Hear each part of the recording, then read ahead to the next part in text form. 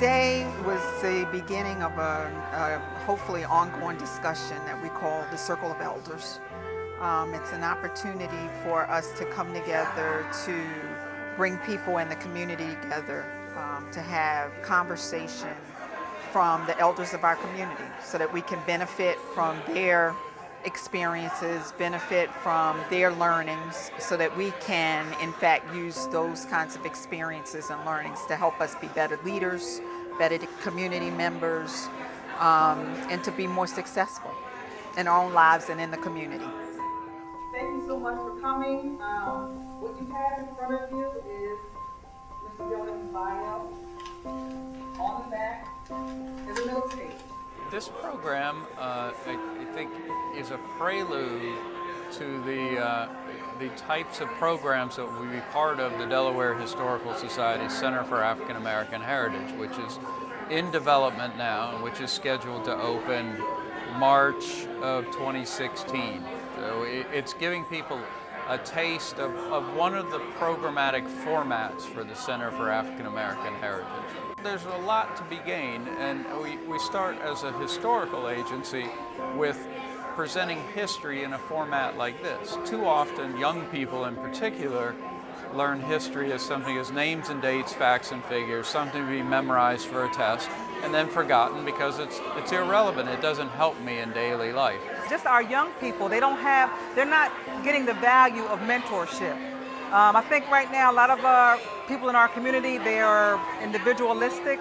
They are more mindful of trying to achieve their own personal goals. And I think the young people now that are coming up, we have another generation that are into social change and social action. And I think that there's a gap in that where they don't have those mentors who are actually getting involved in the community like they did back in the civil rights movement. And I think this is an opportunity to make that connection. You got to learn how to protest. You learn how to protest. We joined, for example, Morgan College. We were taught how to protest. Taught how to protest. So we were taught community work. Yeah, it's been a very exciting day. I have these kind of conversations with my dad all the time.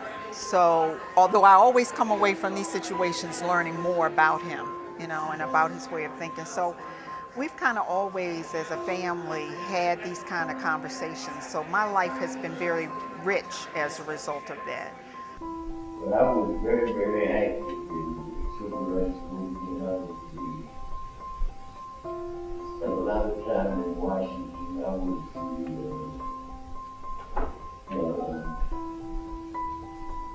a lot of time in Washington. And I got out of Washington because the temptation in Washington was just a bit too much. I had to make a choice. Washington on my family.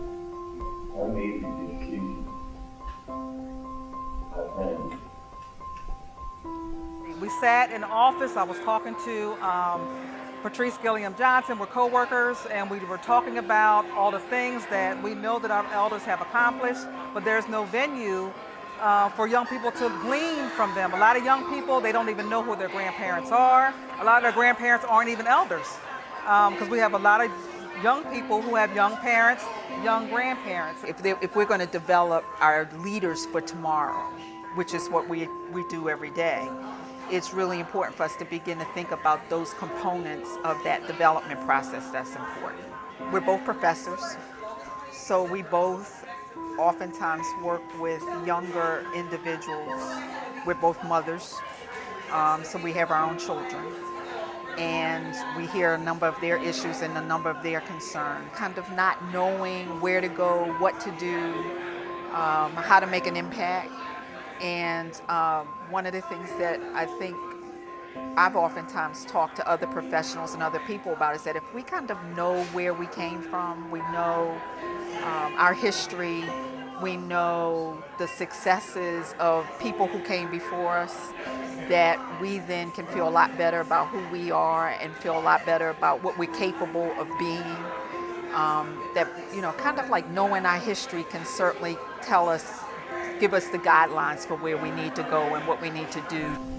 The the educational system we've got right now, which I find is faulty.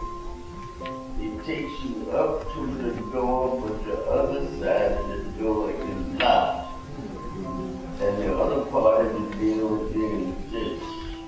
When I first came here to Wilmington, people on both sides of the door talk to each other. They ain't talking now. Black and white community, they're not talking to each other. Why is that?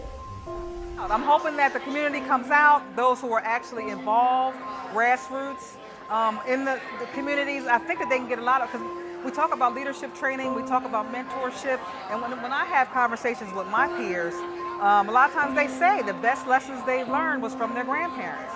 And I think that if they come out, they can see that, we've been there and done that. So historical perspective was really at the forefront tonight, and that's what's important, is that history is relevant, history is around us all of the time, it's a living, organic thing.